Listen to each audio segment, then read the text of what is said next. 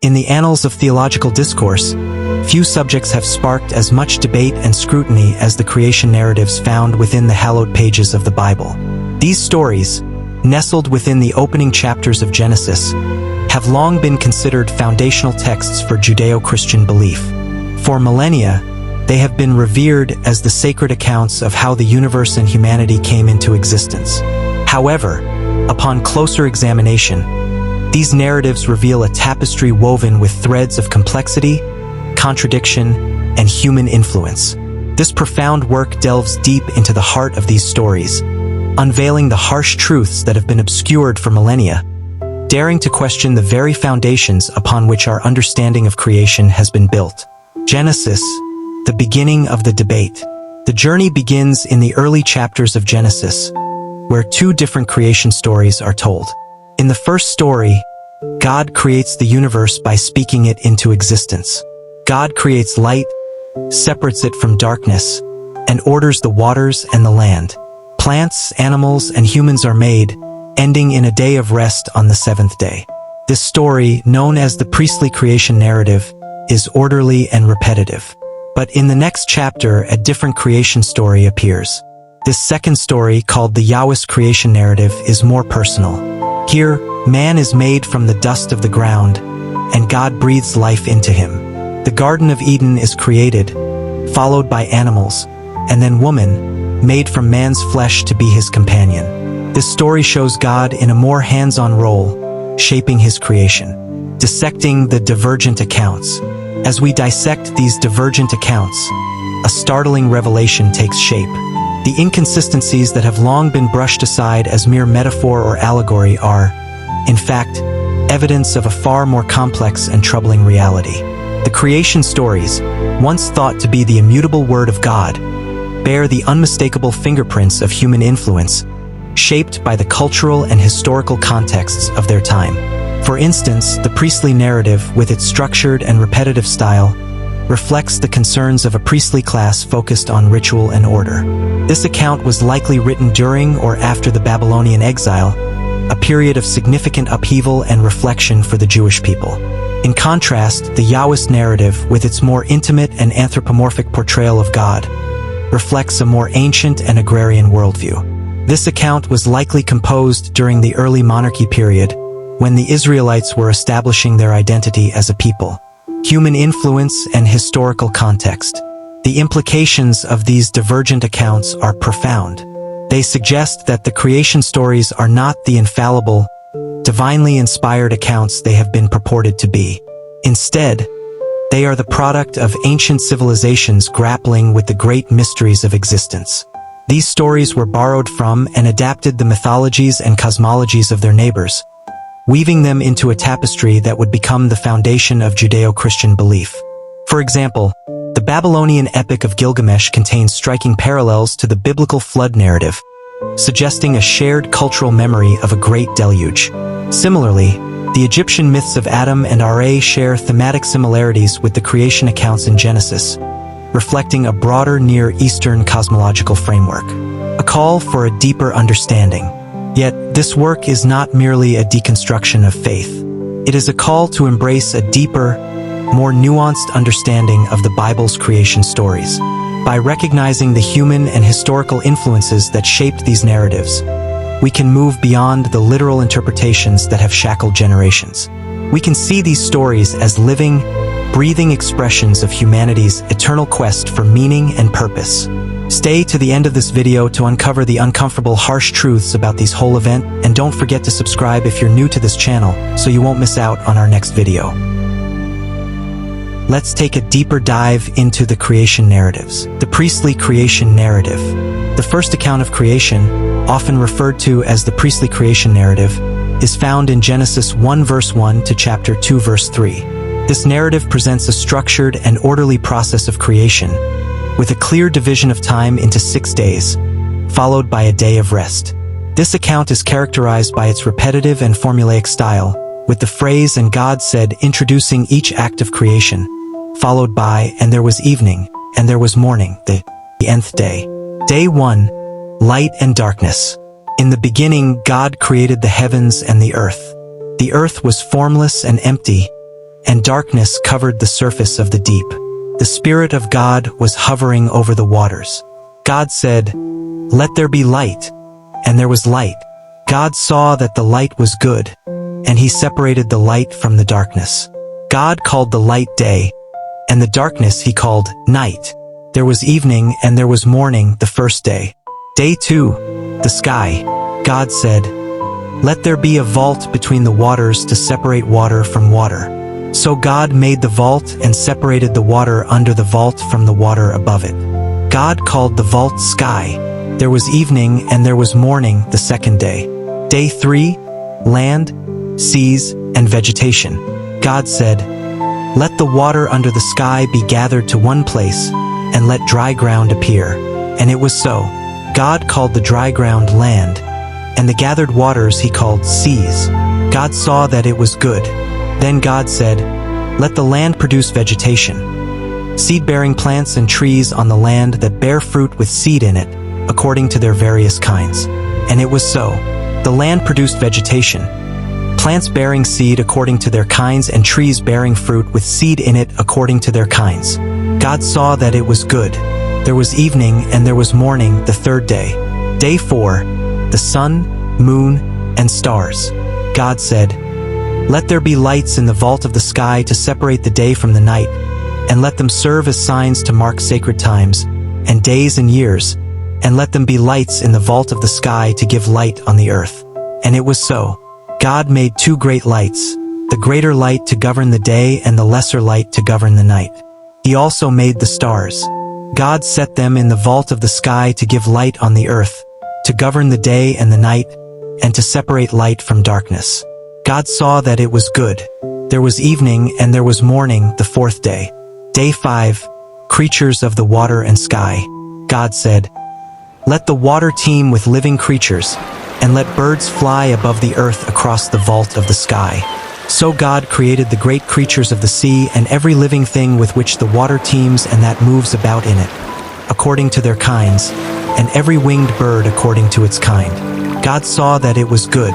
God blessed them and said, "Be fruitful and increase in number and fill the water in the seas, and let the birds increase on the earth." There was evening and there was morning the fifth day. Day 6, land animals and humans. God said, "Let the land produce living creatures according to their kinds, the livestock, the creatures that move along the ground, and the wild animals, each according to its kind." And it was so. God made the wild animals according to their kinds, the livestock according to their kinds, and all the creatures that move along the ground according to their kinds. God saw that it was good. Then God said, "Let us make mankind in our image, in our likeness, so that they may rule over the fish in the sea and the birds in the sky, over the livestock and all the wild animals, and over all the creatures that move along the ground." So God created mankind in his own image. In the image of God he created them. Male and female he created them. God blessed them and said to them, "Be fruitful and increase in number. Fill the earth and subdue it. Rule over the fish in the sea and the birds in the sky and over every living creature that moves on the ground." Then God said, "I give you every seed-bearing plant on the face of the whole earth and every tree that has fruit with seed in it. They will be yours for food. And to all the beasts of the earth and all the birds in the sky and all the creatures that move along the ground, everything that has the breath of life in it, I give every green plant for food." And it was so. God saw all that he had made, and it was very good. There was evening and there was morning the sixth day. Day 7, rest. Thus the heavens and the earth were completed in all their vast array. By the seventh day, God had finished the work he had been doing. So on the seventh day he rested from all his work. Then God blessed the seventh day and made it holy because on it he rested from all the work of creating that he had done. The Yahwist creation narrative. The formation of man and the Garden of Eden. This second narrative begins with the creation of man. Here, the earth is described as barren and dry, lacking any vegetation because God had not yet sent rain, and there was no one to till the ground. Instead, a stream would rise from the earth and water the whole surface of the ground. God then forms man from the dust of the ground and breathes into his nostrils the breath of life, and the man becomes a living being. God plants a garden in Eden in the east, and there he places the man he has formed. He makes all kinds of trees grow out of the ground, trees that are pleasing to the eye and good for food. In the middle of the garden, he places the tree of life and the tree of the knowledge of good and evil. The rivers of Eden. A river watering the garden flows from Eden, and from there it separates into 4 headwaters. The name of the first is the Pishon. It winds through the entire land of Havilah, where there is gold. The gold of that land is good. Aromatic resin and onyx are also there. The name of the second river is the Gin. It winds through the entire land of Cush. The name of the third river is the Tigris. It runs along the east side of Ashur. And the fourth river is the Euphrates. The command and the creation of woman.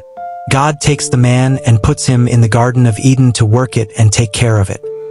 He commands the man, "You are free to eat from any tree in the garden, but you must not eat from the tree of the knowledge of good and evil, for when you eat from it you will certainly die."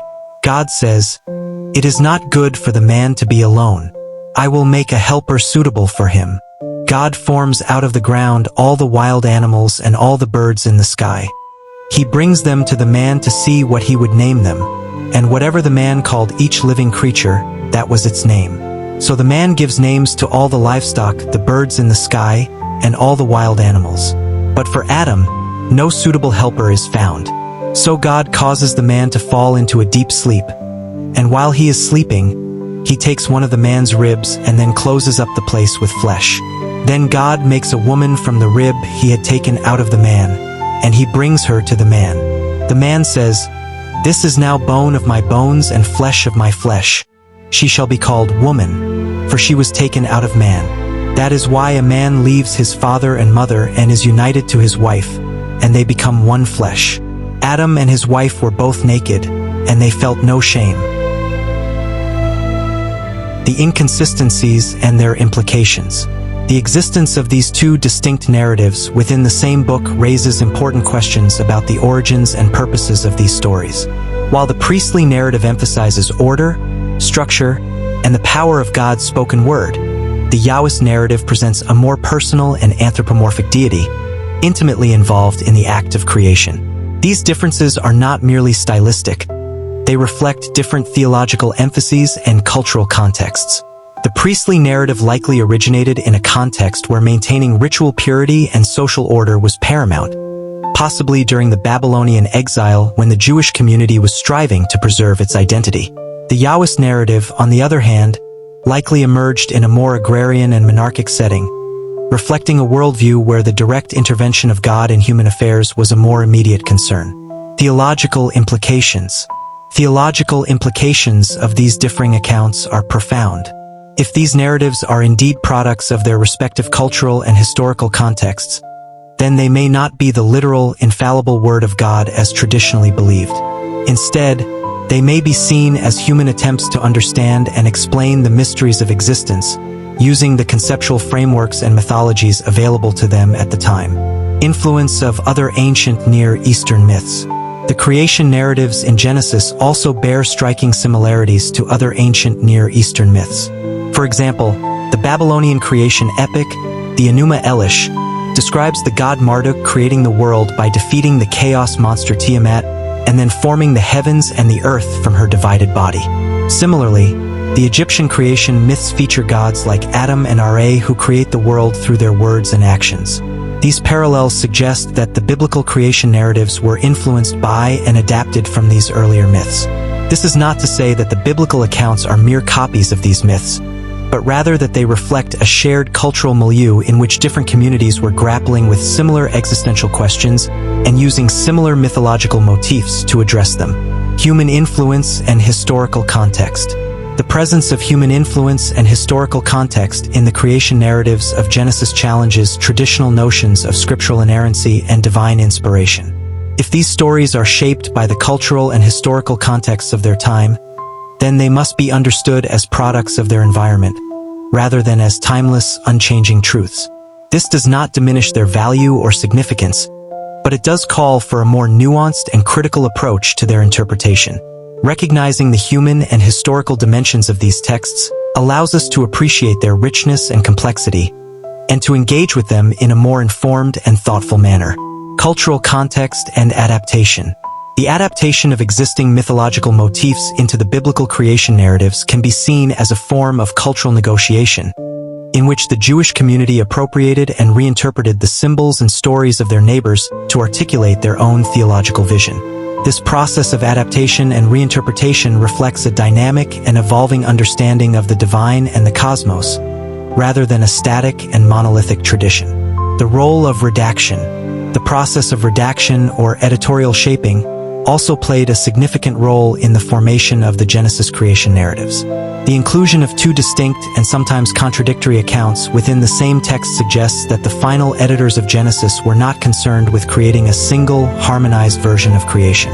Instead, they preserved multiple traditions, recognizing the value and significance of each. This editorial approach reflects a recognition of the diversity and complexity of the community's theological heritage. By preserving multiple creation narratives, the editors of Genesis acknowledged the multifaceted nature of their faith and its deep roots in various traditions. Exploring the Babylonian influence, the Enuma Elish. The similarities between the biblical creation narratives and the Babylonian creation epic, the Enuma Elish, are particularly striking. The Enuma Elish, one of the oldest known creation myths, describes the god Marduk's victory over the chaos monster Tiamat and the subsequent creation of the world from her divided body. This myth dates back to the 2nd millennium BCE and was part of the cultural milieu in which the Hebrew Bible was written. The Enuma Elish and Genesis. In the Enuma Elish, Marduk's battle with Tiamat represents the triumph of order over chaos, a theme echoed in the priestly creation narrative's orderly structuring of the cosmos. The division of Tiamat's body to form the heavens and the earth parallels the priestly account's separation of the waters above and below the firmament. Moreover, the creation of humans in the Enuma Elish, fashioned from the blood of a slain god to serve the deities, finds a distant echo in the Yahwist narrative, where Adam is formed from the dust of the ground and given life by the breath of God. These parallels suggest that the biblical authors were influenced by Babylonian cosmology and sought to integrate and reinterpret these themes within their own theological framework. Implications for biblical interpretation. Recognizing the influence of the Enuma Elish on the biblical creation narratives has significant implications for biblical interpretation. It challenges the notion that the Genesis accounts are wholly unique and divinely inspired in isolation from other ancient Near Eastern traditions. Instead, it suggests that the biblical authors were part of a broader cultural conversation and that their work reflects a synthesis of various mythological and cosmological ideas. This understanding invites readers to approach the biblical creation narratives with a greater appreciation for their historical and cultural context. It encourages a reading that acknowledges the interplay between the biblical texts and the wider world of ancient Near Eastern thought, leading to a more nuanced and informed interpretation. Egyptian myths of creation. In addition to Babylonian influences, the Genesis creation narratives also share thematic similarities with Egyptian myths. The Egyptian creation myths, particularly those associated with the gods Adam and Ra, offer another layer of context for understanding the biblical accounts. The creation by Adam and Ra. In Egyptian mythology, Adam is a primordial god who creates himself out of the chaotic waters of Nun. From his own body, he generates other deities, thus initiating the process of creation. Similarly, Ra, the sun god, is often depicted as rising from the waters of chaos and bringing light and order to the world. These themes of creation emerging from chaos, the significance of water as a primordial element, and the central role of a supreme deity resonate with the biblical narratives. The priestly account's depiction of God's spirit hovering over the waters and bringing forth light parallels the imagery of Ra rising from the chaotic waters to illuminate the world. The Egyptian influence on Genesis. The presence of these themes in both Egyptian mythology and the Genesis creation narratives suggests that the biblical authors were influenced by Egyptian cosmological ideas. This influence likely stemmed from the Israelites' prolonged contact with Egyptian culture, particularly during their time in Egypt and the subsequent interactions between the two civilizations. By integrating Egyptian motifs into their creation narratives, the biblical authors were able to articulate a vision of creation that was both familiar and distinctively their own. This process of adaptation and reinterpretation reflects the dynamic nature of the biblical tradition and its engagement with the broader cultural and religious currents of the ancient Near East. Theological reflections. Beyond literalism, the recognition of human influence and cultural adaptation in the biblical creation narratives invites a shift in theological perspective. Rather than viewing these stories as literal, infallible accounts, we can approach them as profound theological reflections that use mythological language to convey deeper truths about God, humanity, and the world, embracing the symbolic and allegorical. Understanding the creation narratives as symbolic and allegorical allows for a richer and more flexible interpretation. The stories of Genesis can be seen as conveying timeless truths about the nature of existence, the relationship between the divine and the human, and the moral and spiritual order of the world.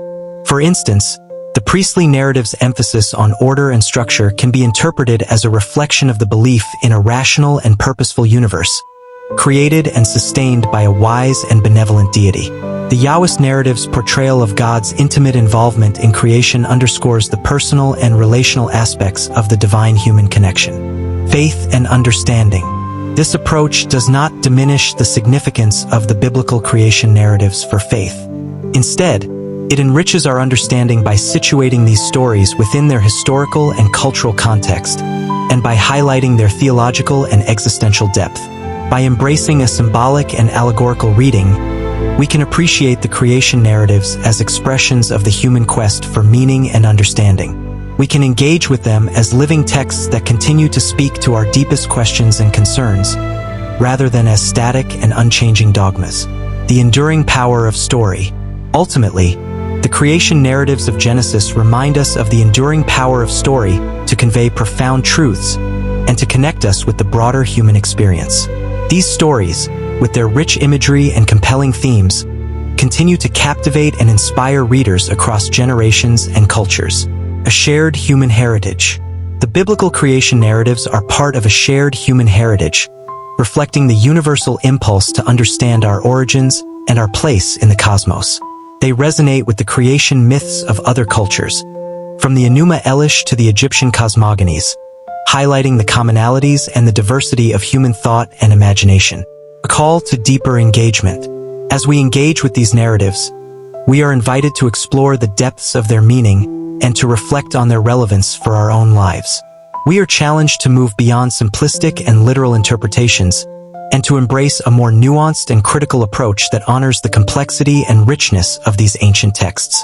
In doing so, we can find new insights and inspiration, deepening our understanding of the divine, the world, and ourselves. The creation narratives of Genesis, far from being relics of a bygone era, continue to offer profound and timeless wisdom for those who seek to listen and to learn. Thank you for exploring the fascinating complexities of Genesis with us today. If you enjoyed this deep dive into biblical origins and want more thought-provoking content like this, don't forget to subscribe to our channel. Hit that bell icon to stay updated on our latest videos. We'd love to hear your thoughts and questions in the comments below. Let's keep this conversation going.